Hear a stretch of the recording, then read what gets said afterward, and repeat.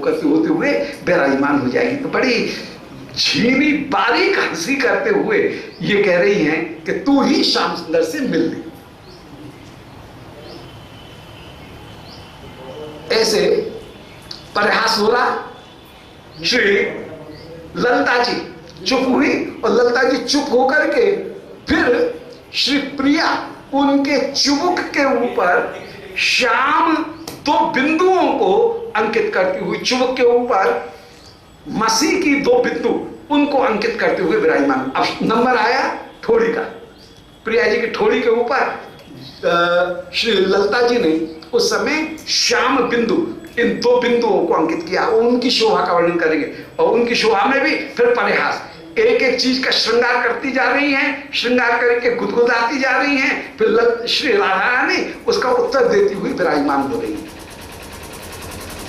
तो चिबुक मध्य मभूत मद बिंदु युग, उस समय श्री किशोरी जी के चुबुक के बीच में दो बिंदु, कस्तूरी की दो बिंदुओं को उस समय अंकित किया। मद बिंदु, श्री प्रिया की चुबुक यह मद की 3 बिंदुओं से युक्त होकर के विराजमान हुआ। थोड़ी के ऊपर श्याम 3 बिंदु, उनको कहीं त्रिभुज आकार में थोड़ी के ऊपर श्री ललिता जी ने अंकित किया है। स्वकर समृद्ध बांधव मेव किम, मानो आज चंद्रमा ने अपने हाथ से अंधकार को नष्ट किया और अंधकार को नष्ट करके मानो अंधकार के किसी बालक के को दुखी देख करके चंद्रमा के हृदय में दया आ गई। तो जैसे किसी छोटे बालक को उठा करके, भले शत्रु का है परंतु शत्रु का बालक होने पर भी छोटे बालक को जैसे उठा करके छाती से लगा लिया जाता है, बालक तो बालक है, शत्रु का वध किया गया परंतु शत्रु का वध करने पर शत्रु का बालक यदि बिलख रहा है तो उसको जैसे उठा करके अपनी छाती से लगा लिया जाता है, उसका भी पालन किया जाता है। ऐसे ही चंद्रमा ने अंधकार का तो नाश किया, परंतु अंधकार का नाश करने पर मानो वो जो चुबुक के ऊपर श्याम 3 बिंदु हैं, वो श्याम 3 बिंदु ही मानो उस अंधकार का ही एक अंश छोटा सा बालक है। उस बालक को उठा करके पुचकारते हुए, भाई तू मत रो, ऐसा कहकर के पुचकारते हुए अपनी थोड़ी के ऊपर धारण कर लिया है। तो कल्पना बड़ी सुंदर कि मुख चंद्र ने अंधकार का नाश करके अंधकार के ही अंश रूप में जो श्याम बिंदु हैं, उन श्याम बिंदुओं को अपनी थोड़ी के ऊपर उसी प्रकार धारण किया है जैसे कि एक वीर शत्रु का तो वध कर देता है परंतु दयावान होकर के शत्रु के बालक को भी वह पालता है, उसको उठा करके धारण करता है, उसका नाश नहीं करता है। इसी प्रकार आज श्री किशोरी जी के मुखचंद्र ने श्याम बिंदुओं को अपने मस्तक के ऊपर धारण किया है। तो चुबुक मध्य मभूत मद बिंदु, चुबुक का जो मध्य है थोड़ी, वो मद बिंदु युक्त कस्तूरी की बिंदु से युक्त होकर के विराजमान हुआ। स्वकर समृद्ध बांधव मेत्य किम, मानो स्वकर समृद्ध अपने हाथ से अंधकार रूपी शत्रु को मारा, परंतु अंधकार रूपी शत्रु को मारने पर जब बंधु मर गया तो वो छोटा सा बालक कहीं विराजमान है। तो समृद्ध बांधव जिसके माता पिता समाप्त हो गए हैं, ऐसा कोई बालक समृद्ध बांधव जो छोटा सा बालक है, वो तिमिर डिंभक, तिमिर रूपी एक छोटा सा अवरोध बालक वो विराजमान है और उसको मंक तटे स्वयं सदयतः, उस चंद्रमा ने दयापूर्वक उस बालक को उठा करके ग्रहण कर लिया है। तो तिमिर डिंभकम, तिमिर रूपी डिंभक माने छोटे बालक को मंक तटे स्वयं अपनी गोदी में उठा लिया है और सदयता दयापूर्वक, दया तो विधु अग्री, आज दया उदय होने पर, सदय तो माने दया उदय होने पर दयालु उस चंद्रमा ने उस बालक को उठा करके अपने पास में ही रख लिया है, अपनी गोदी में ही ले लिया। ऐसे ही श्री किशोरी जी के थोड़ी के ऊपर वो श्याम 3 जो बिंदु हैं, वो बिंदु एक छोटे से बालक के समान शोभित हो रही हैं। तो चुबुक के ऊपर श्री ललिता जी ने कस्तूरी से एक बिंदु लगाई और वो बिंदु आज बालक के समान सुशोभित हो रही है।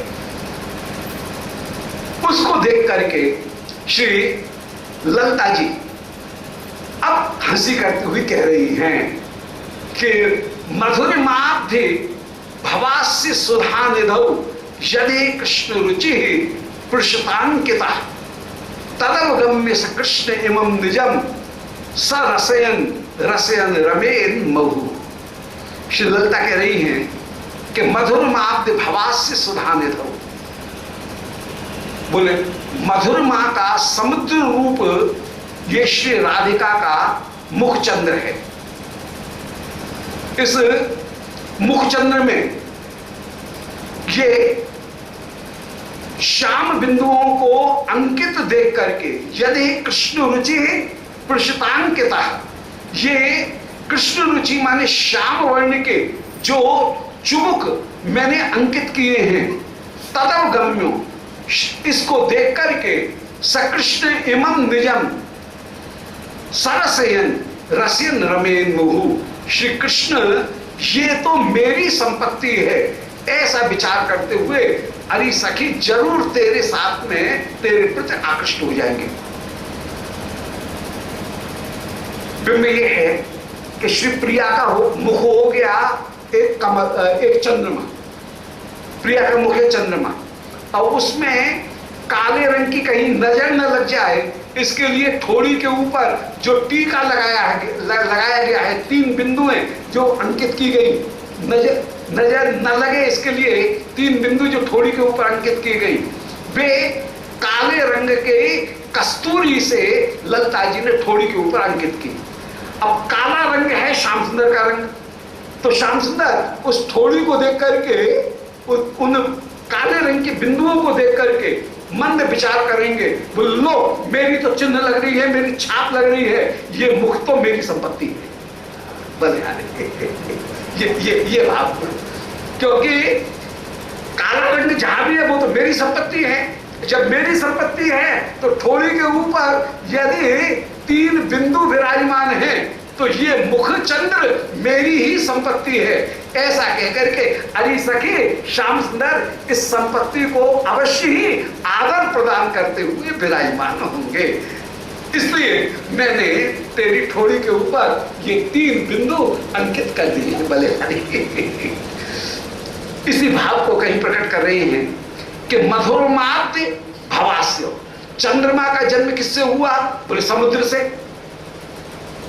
और ये जो मुखचंद्र है तेरा, इसका भी जन्म किससे हुआ है? बोले मधुरमात भवास्य, मधुरमा के समुद्र से ये उत्पन्न होने वाला ये मुखचंद्र है।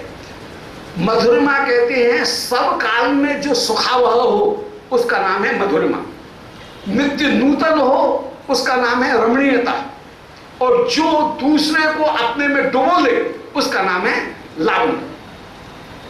तो मधुरमाब्धि भवा, सब काल में जो सुंदर हो उसका नाम मधुरमा।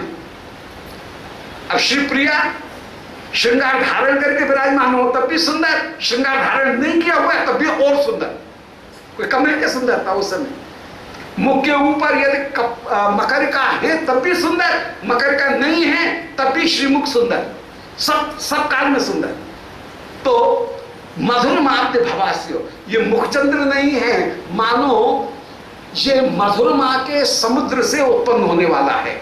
सुधा निधौ, इस सुधा निधि चंद्रमा के ऊपर अरे सखी यही कृष्ण रुचि पृषता, आज कृष्ण रुचि माने काले रंग की, पृषता माने ये जो बूंद मैंने अंकित की हैं, ये बूंद ऐसी सुंदर अंकित होकर के विराजमान हैं कि तलब गम्य इन बूंद को देख करके श्याम सुंदर को ये अभिमान होगा, श्याम सुंदर को ये पता लग जाएगा कि सकृष्ण तलब गम्य सकृष्ण, वे कृष्ण इन श्याम बिंदुओं को देख करके तुरंत पहचानने आएंगे कि इमम निजम, कि ये तो मेरी संपत्ति है। इति सरसेन, ऐसा श्री श्याम सुंदर, सरसेन माने मानते हुए, वे ऐसा ही मानेंगे कि इस पर श्याम बिंदु लगी हुई है, इसलिए ये तो मेरी संपत्ति है। रसियन रमेन मुहु, जरूर प्यारे तेरे इस मुख का समादर करते हुए विराजमान होंगे और उनके नयन इस मुख पर ही रमण करते हुए विराजमान होंगे। इस प्रकार परम सुंदर ये मुख की जो शोभा, उस मुख की शोभा का श्री ललिता जी वर्णन करती हुई विराजमान। और इसी प्रसंग में एक बात कह रही हैं कि कनक के तक पत्र पुटी कला पिशुन कोण योगा नव बिंब भृत विरचियास्म भुवा त्रिकिमा भया अतिशयतः शयतस्तनयो नीला। बोले अरे सखी, कामदेव ने मानो जो चुबुक जो है वो चुबुक की बिंदुओं को देख करके ही एक उत्प्रेक्षा कर रहे हैं कि कामदेव ने आभायुक्त भ्रमर के दो पुत्रों को पलना में सुलाया है। अब एक पलना का रूपक है, पालना में जैसे सुलाए, ऐसे ही आज अपूर्व आभायुक्त पलना में ये जो कपोल के ऊपर जो टीका लगाया नजर न लगे, इसके लिए जो श्याम बिंदु जो ठोड़ी के ऊपर अंकित की, वो श्याम बिंदुओं को देख करके श्री ललिता जी हंसी करती हुई कह रही हैं कि कनक केतक पत्र पुटी कला पिशुन कोण युगा नव बिंब भृतः विरचियात्म भुवा त्रिकिमा भया अतिशयत शयतस्तनयो नीला। अरे सखी देख कि कामदेव ने सुवर्ण केतक की कलाओं से युक्त भ्रमर के दो पुत्रों को, भ्रमर के दो पुत्र हो गए श्री प्रिया की ठोड़ी के ऊपर विराजमान वो श्याम बिंदु, उन दो पुत्रों को दो कोण वाले एक पलना, उस पलना में अतिशायता शायतस आज मानो सुला दिया है।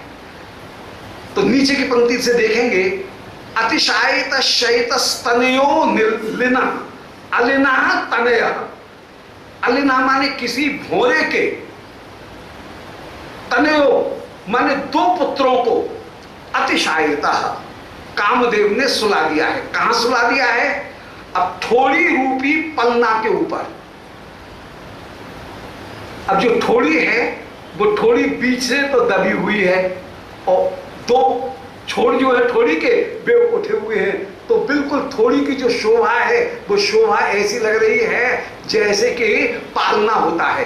तो पालना जो होता है वो भी दो छोड़ का होता है, चार छोड़ का, उसमें नीचे तो चार पाए लगा दिए जाते हैं, परंतु ऊपर जो मयार होती है वो मयार एक, और मयार के बाद में नीचे जो डंडे लगते हैं उसके पांव पैर जो लगते हैं वे पैर चार पैरों का डंडा लगा करके ऊपर एक मयार, और मयार में झूला डाल करके उसमें बालक को जैसे सुलाया जाता है। तो पलना का रूपक है कि जैसे आज प्रिया की ठोड़ी नहीं है, चुबुक नहीं है, वह मानो दो कोने वाला एक अपूर्व चौकी है, पलना है,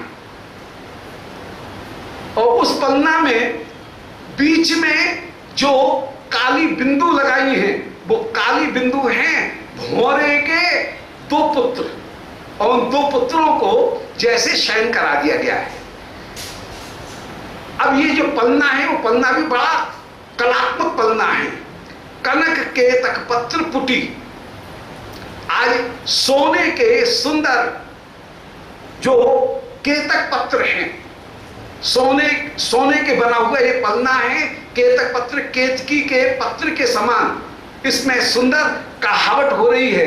तो कनक केतक पत्र पुटी कला पिशुना, और जिसमें कलाकार ने अपनी पूरी कला को दिखाया है। पिशुन माने सूचित किया है। तो जहां पर कला को परिपूर्ण रूप से प्रकट किया गया है, ऐसे कोण युग, दो कोण वाला ये अद्भुत पलना है। माने प्रिया की ठोड़ी, उसके नीचे से जो दो छोड़ हैं, वो दो छोड़ मानो एक पलना होकर के विराजमान है,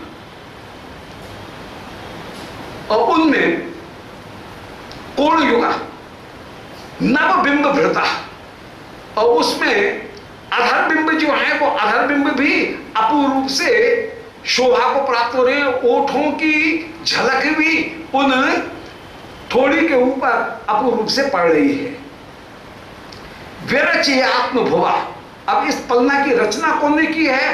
आत्मभुवा माने कामदेव ने इसकी रचना की है।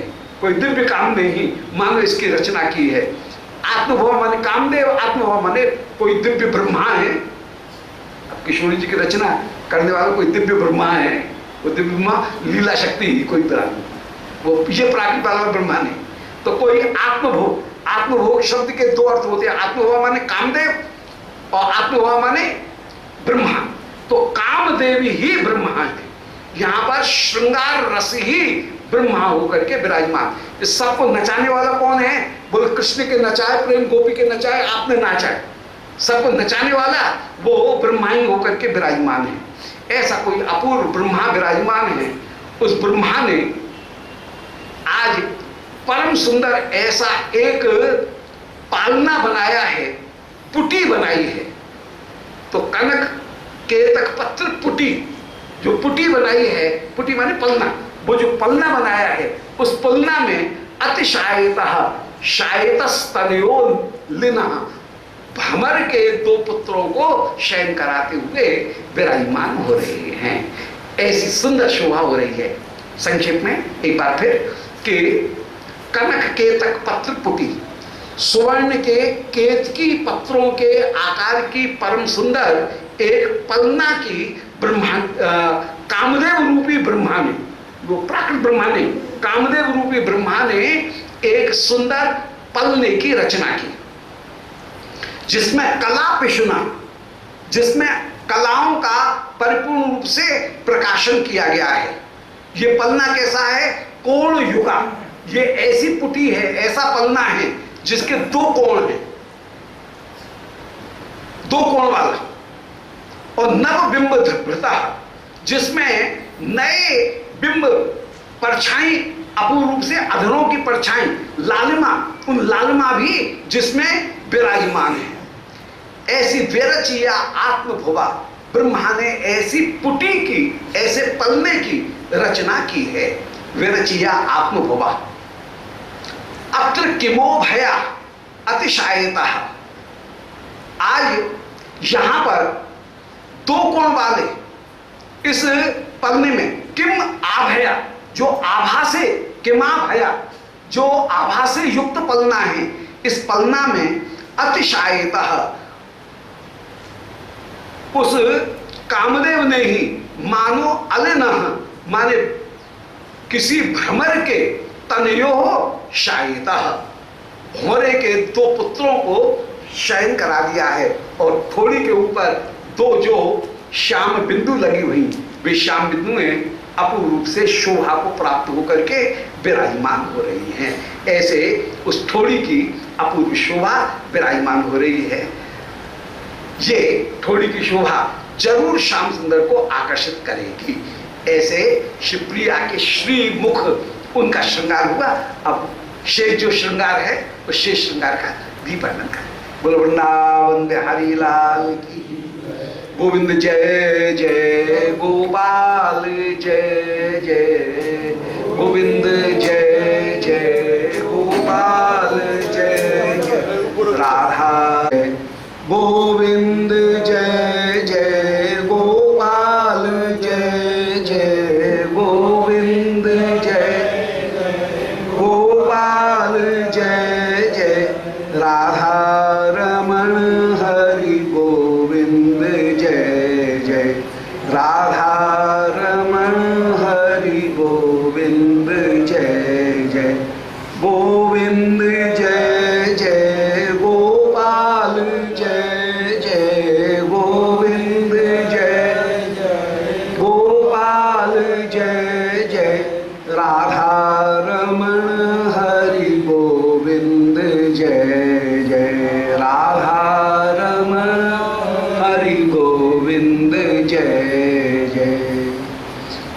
वृंदावन बिहारी लाल की जय।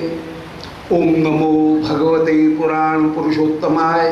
ओम जयति पराशर सूनु सत्यवती हृदय नंदनो व्यासो यस्यास्य कमलगल्तम वाग्मय ममृतम जगत्पेवती विश्वसर्ग विसर्गादि नवलक्षण लक्षितम श्रीकृष्णाक्षम परम धाम जगद्धाम नमामि तत्। हृदयस्य प्रेरणया प्रवर्तितोऽहं बराकरूपोऽपि तस्य हरेः पदकमलं वन्दे श्रीचैतन्यदेवस्य।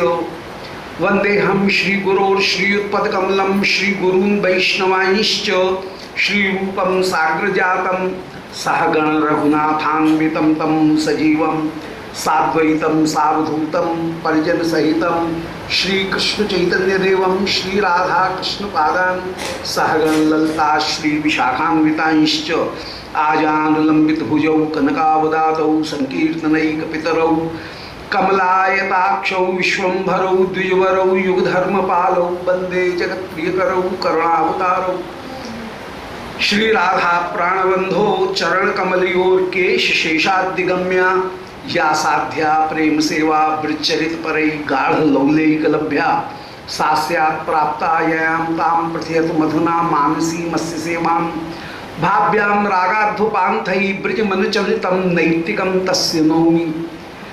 वाञ्छाकल्पतरुभ्यश्च कृपा सिन्धुभ्यैव च पत्तानां पावनेभ्यो वैष्णवेभ्यो नमो नमः। हे श्री सनातन प्रभु करुणाम्बुराशे हे रूप दुर्गत जनैक दयावलोको हे भट्टयुग्म सुमते रघुनाथ दासो श्रीजीव में कुरुतमंद मते हृदयांतरा। बोलो वृंदावन बिहारी लाल की जय। परम मंगल श्रीमद कृष्ण भावनामृत श्री विश्वनाथ चक्रवर्ती पाद द्वारा अष्टकालीन नित्य लीला का मानसी स्मरण, जिसके श्रवण करने से साधक के हृदय में जो साधक भक्तगण हैं उनके हृदय में लोभ उत्पन्न होगा। जो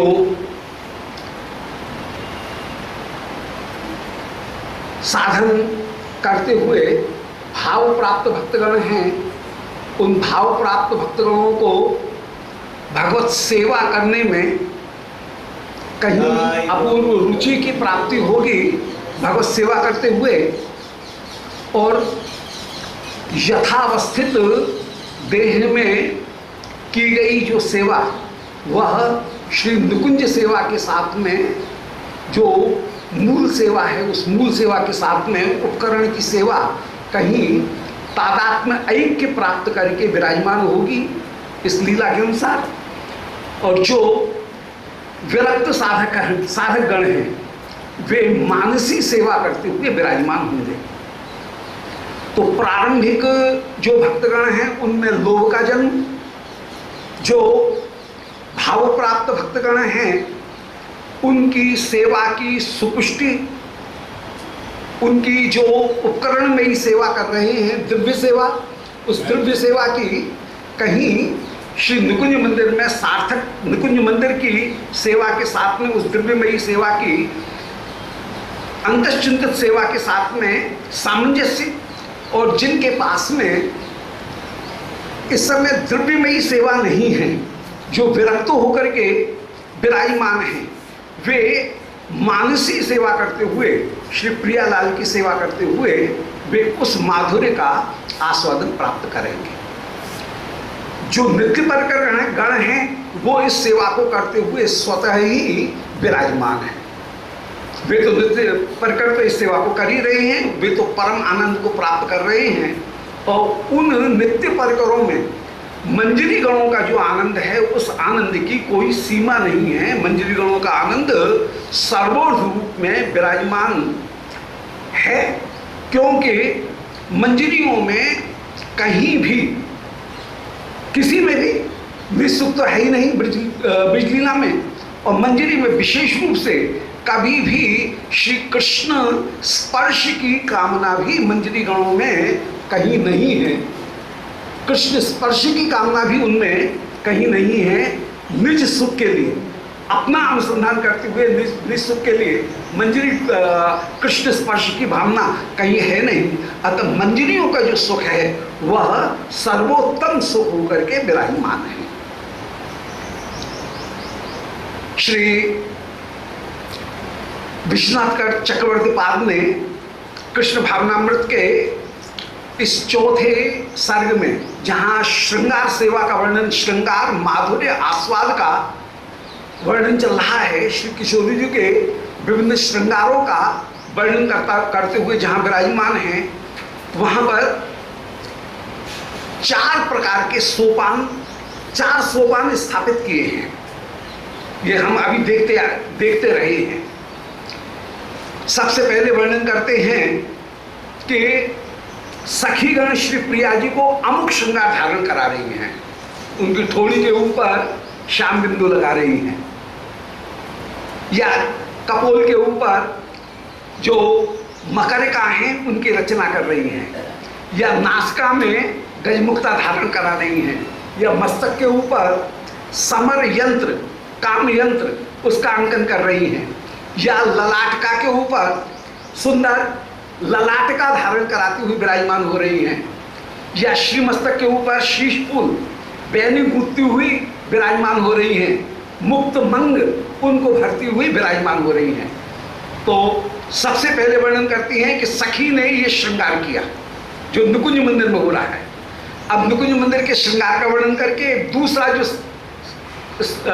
सोपान है, उस सोपान में सखीगण उस रूप माधुरी का दर्शन करके कभी जैसी उत्प्रेक्षा करता है वो उत्प्रेक्षा है।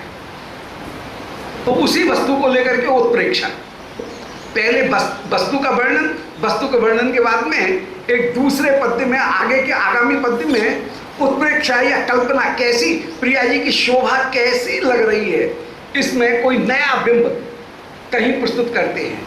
फिर तीसरे पद्य में उसी श्रृंगार के वर्णन में श्री सखी उस शोभा का वर्णन करते करते कुछ चुगलबाजी करती है। श्री प्रिया जी के साथ में कुछ हंसी करती हुई, नर्म परिहास करती हुई प्रिया के हृदय में विराजमान जो कृष्ण रति रूपी स्थायी भाव है, उस स्थायी भाव को जैसे जगाती है। उत्तम्भ्यम रतिपति रम्यांचकारो में जैसे उत्तम्भित किया जाए, ऐसे सोए हुए भाव को कभी गुदगुदी करके जगाती है, प्रिया के हृदय में गुदगुदी उत्पन्न करती है कोई न कोई बात कह करके। और जब परिहास करती हैं तो चौथा जो प्रसंग आता है, वो चौथा प्रसंग आता है श्री प्रिया उसका भरपूर जवाब देती है। तो इस तरह से एक श्रृंगार के वर्णन में चार सोपान, चार स्टेप पूरे होते हैं, तब जाकर के एक सोपान, एक जो वर्णन है वो पूरा होता है। इसलिए यह अध्याय भी काफी बड़ा है, 110 पद्यों का ये सर्ग है। इनमें अब 76वें सर्ग का 76वें श्लोक का हम आस्वादन करेंगे। गत प्रसंग में श्री ललिता जी ने श्री किशोरी जी की ठोड़ी के ऊपर जिस समय श्याम बिंदु कहीं नजर नहीं लग जाए, इसके लिए श्याम बिंदु चुमुक उनकी रचना की है।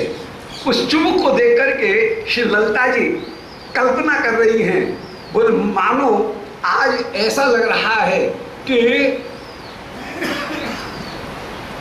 श्री प्रिया के मुखचंद्र ने अंधकार रूपी शत्रु को तो मार दिया, परंतु उसका कोई दो छोटे से बालक हैं उनके ऊपर वात्सल्य करके उस चंद्रमा ने अपनी गोदी में ले लिए हैं। तो मुखचंद्र के ऊपर दो बिंदु थोड़ी पर ऐसी लग रही हैं जैसे शत्रु को मारने पर भी दयावान वीर के हृदय में दया उत्पन्न हो जाती है और वह शत्रु के बालक को भी गोदी में लेकर के जैसे पालन करता है, ऐसे ही अंधकार, श्याम रंग के अंधकार को प्रिया जी की मुखकांति ने नष्ट कर दिया है और दो श्याम बिंदुओं के रूप में उसके छोटे शावकों को, छोटे बालकों को, उनको अपनी गोदी में लेकर के उनको धैर्य प्रदान कर रहे हैं कि घबराओ मत, तुम निरीह हो, तुमको मैं नहीं मारूंगा, तुमको मैं आश्रय प्रदान करूंगा। अथवा वे दो